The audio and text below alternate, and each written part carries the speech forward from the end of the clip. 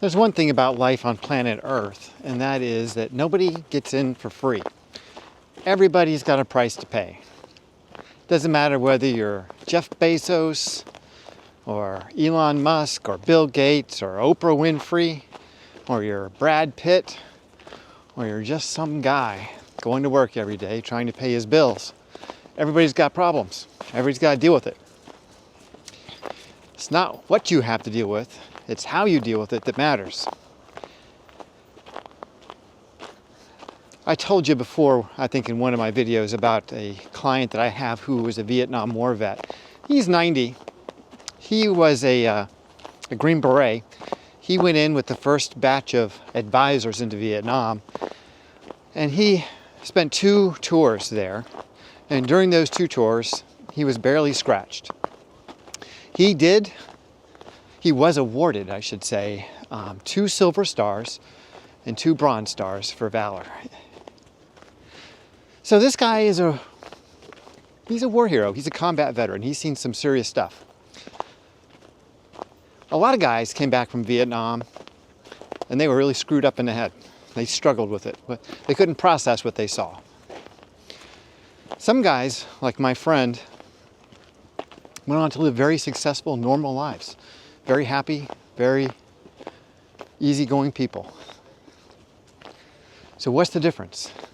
It's not what happens, it's how you deal with what happens. Well, marriage is a bit like that, or divorce is a bit like that.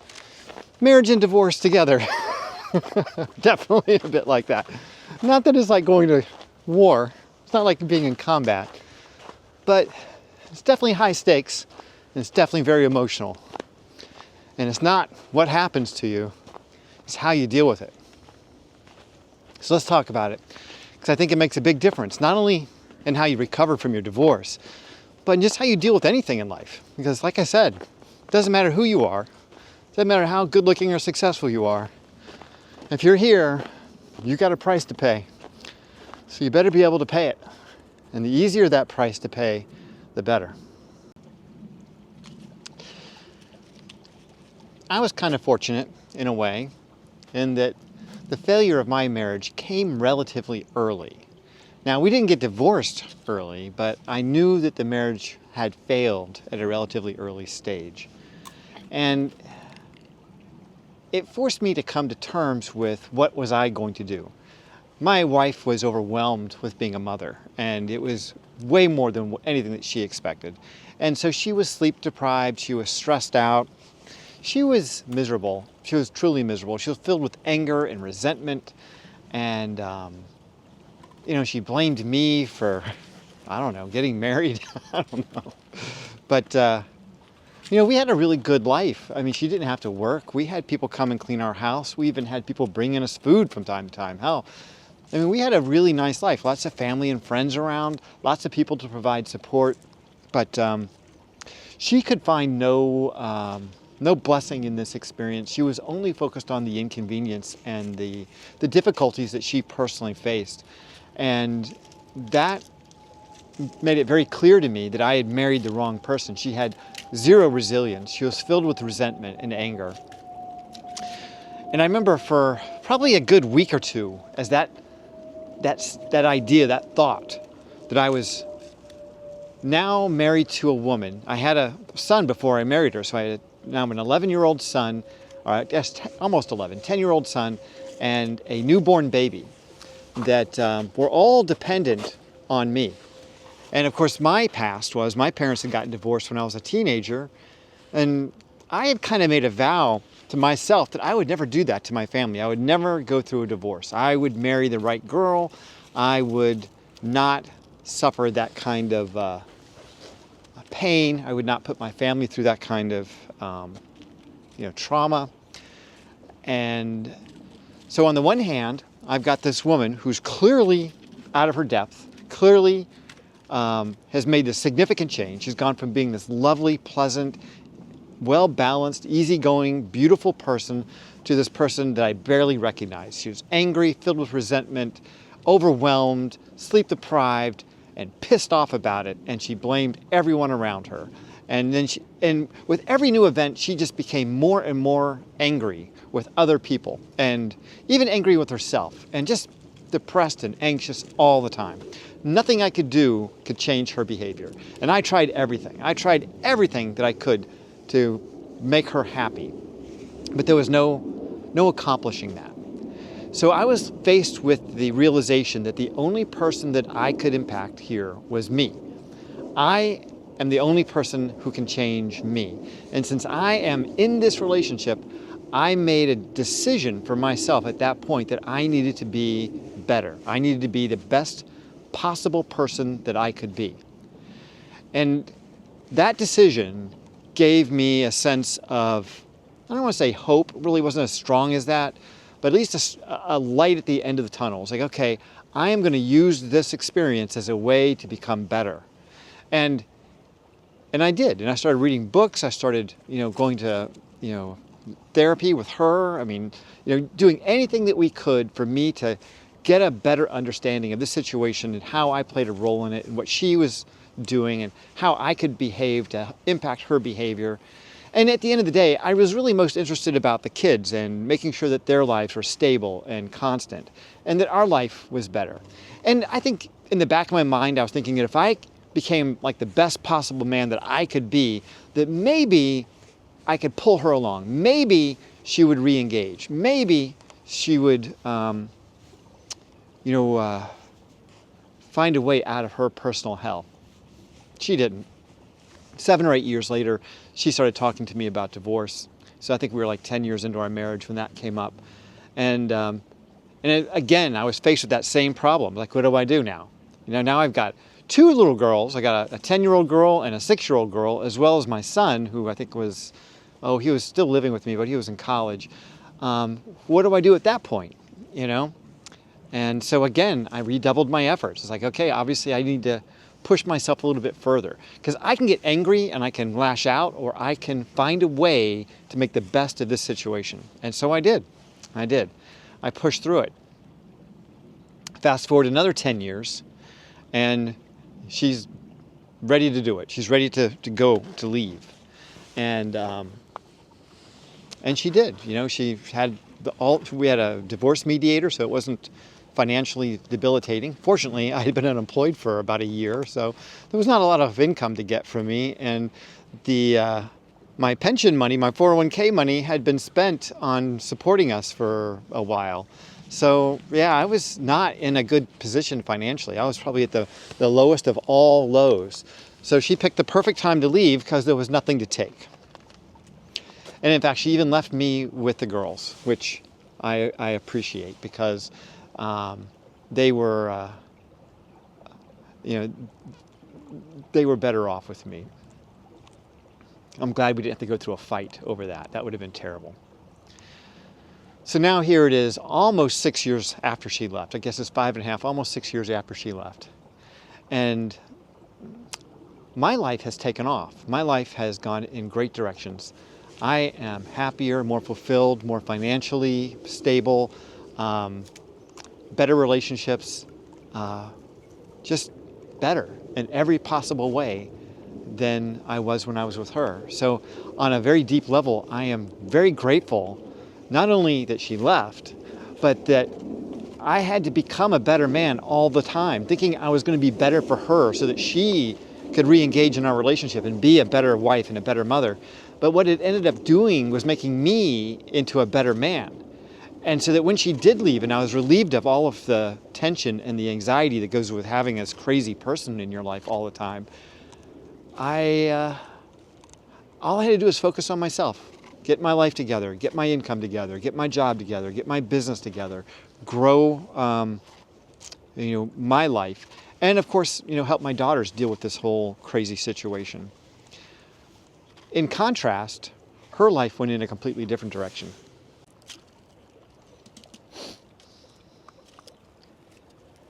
So over these last 5.5, 6 years, she, I guess the first couple years didn't seem to go too badly for her because she had reconnected with an old boyfriend, and she left him because he was a drug addict, and my daughter called it. I guess she met him at some point, my daughter did, and she came home and she said, "Dad, he's a crackhead." And I said, "What?" "No, he's a drug addict. I can tell from a mile away. He's definitely a drug addict." And so, "Did you tell your mother?" "Yes, I told her." "She doesn't believe me." Well, about a year later, I get a call from my daughter, and she says, "Well, I was right. He's a crackhead." Like, "What do you mean?" "Well, he had to go to the hospital. He had a heart attack. The doctors did some blood chemistry and found out that he's just like, a pharmacy in his body. So whatever he was taking gave him the heart attack." And indeed, he was a drug addict. And when I guess my ex-wife confronted him with that, he came clean, and she vowed never to see him again. So that was, I guess, 2.5, 3 years after our relationship ended. She then moved down to Florida and moved in with a friend because her mother had died and her sisters had died. And so she was going through some very tough times emotionally and psychologically. And her life just collapsed at that point. She just never really pulled it together. She did get a job down there, but she was always missing being up here. And she thought she had to be near my daughter. She would say, "I need to be near my girls." I'm thinking, man, they stopped being your girls a long time ago. These are young women now. These are independent young women, and they have their own lives. And the last thing they need is some whiny mother hanging around telling them all of her bad stories. But she moved back here. And indeed, it hasn't changed anything. She's still suffering in emotional, psychological, and it's now manifested into physical ailments that are mystery ailments. The doctors don't know what's causing it, but she has some definite problems, but they have no idea what's causing it. And I know exactly what's causing it. It's her state of mind. She's put herself into such a state that her body is literally backfiring on her. She's developing all these autoimmune diseases. And she's just constantly stressed out all the time. She's just completely miserable. I mean, she's even asked me if I would take her back. And of course, there's no way on earth I would do that. She calls me in her times of crisis when she's literally at the edge of her sanity to see if I can help her come back from the edge. And I've done that a few times, but I've told her that I won't do it anymore. I've told her that I'm not here for that purpose. I'm her ex-husband. It's not my job to support her emotionally, financially, or intellectually, or anything else. If she wants to stop by for birthdays and holidays, that's fine. But if she needs me to be her therapist, it's not cut out for that. It's not my job. I don't want to be in that position. Anyway, there's a moral to this whole story. Let's get to it.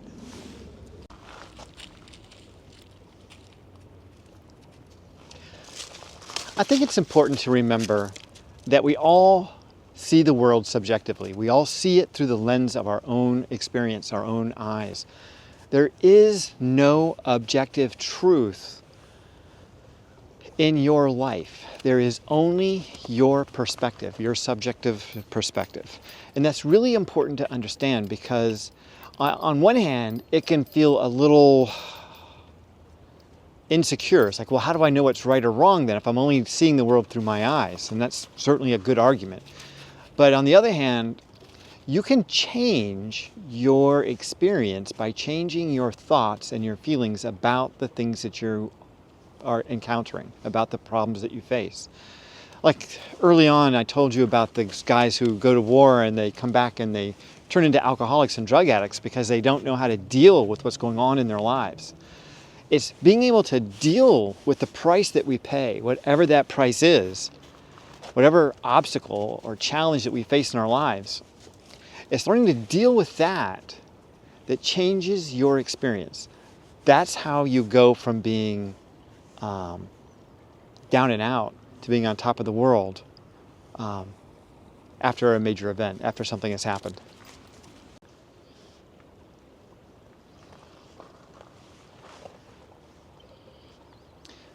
So the subjective nature of life means that at the end of the day, the only person who's responsible for your experience is you. And that's hard for some people to accept, and it's a gift to others.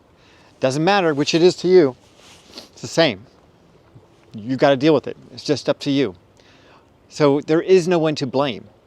So for those of you who have gone through a really rough divorce and you think your wife did this to you, that she did this to you, you are giving her all the power over your emotional and psychological state. And you have none. So just think about that for a minute. Before you push back and you resent it and you say, fuck you, John, before you go down that path, you just take responsibility for where you are and what you're doing and where your life is. No, you're not to blame. You are responsible. It's your job to respond to this situation. Your job to turn it around. It's your job to turn it into what you want it to be. You have the power. It's your subjective view of the world and the thoughts that you have that change your experience on a day-to-day basis. And you can be one of those guys that comes back from war and turns into a drug addict or an alcoholic, or you can be the guy that has a great life. Like my friend, he went on to be the Deputy Undersecretary of the Department of Veterans Affairs. He was a colonel, had 7 kids, traveled the world. He had a fulfilling life. He was a very special guy to a lot of people, and lived a very fulfilling life. So the opportunity is there, no matter what. Getting 2 silver stars and 2 bronze stars, he explained to me how he won some of these awards or how he was awarded these medals. And some of the stuff was graphic. I mean, like nightmare stuff. I mean, hardcore nightmare graphic stuff. It just rolls off of him. It's like, that's the role I was in at the time. It was my job to do it. It's nothing personal. I just did what I had to do. It was either me or them. So, he's rationalized it to the place where what he did, the actions he took under those circumstances were the only choice that he had. It was either that or die. So he made the choice that he had to make. That's where you are right now. You're at a choice. You have a choice right this minute to take action to benefit yourself, to help you survive. Not just survive, but to thrive. So when you are going through a difficult thing, divorce, bankruptcy, business failure, career change, it doesn't matter. In this moment, you have the ability to change your thoughts and emotions to create the outcome that you want by becoming the best version of yourself. By seeing this as an opportunity, you can shape the direction of your life to something that's going to be more to your liking. The obstacles and challenges that we face in life are part of the price we pay just being here. We all have a price to pay. And these obstacles and challenges, these are the gift that you have as a part of being physical, being in a human body, to being on the planet Earth here and now. So rather than fear them or avoid them or trying to make them less severe, embrace them. Make them the source of your energy, your authority, your righteousness. Make them the source of your identity. And when you fail, embrace it fully, because you will learn far more from your failures than you will ever learn from your victories. Failures are your best teachers. So if you stumble, you don't quite get there this time, just take stock, look around, figure out what happened, how to change it, how to make it better, and do it again and again and again until you reach your goals, until you achieve the victories that you so desire. That is what you get when you change your view, when you just shift your mind just a tiny bit and you change your perspective and you see these things rather than being obstacles and problems and see them as being opportunities and paths forward to the life that you really, really want. So rather than being upset about your divorce, rather than crying about the money you lost or the house you didn't have, or even the toughest stuff to me is in divorce is when people lose track of their kids. I mean, that just is the worst. But there's a path forward here for you. There's a path forward. There are lessons to be learned. There is a way for you to turn this into something that you can be proud of and happy with, and you can call your own. It just takes shifting your perspective just a little bit. All right, you guys, that's all I got for you today. I hope you've enjoyed the video. If you have, please like and subscribe and share it with anyone you know that might be going through a difficult time that might find this helpful. In the meantime, stay healthy, and if you can, stay single.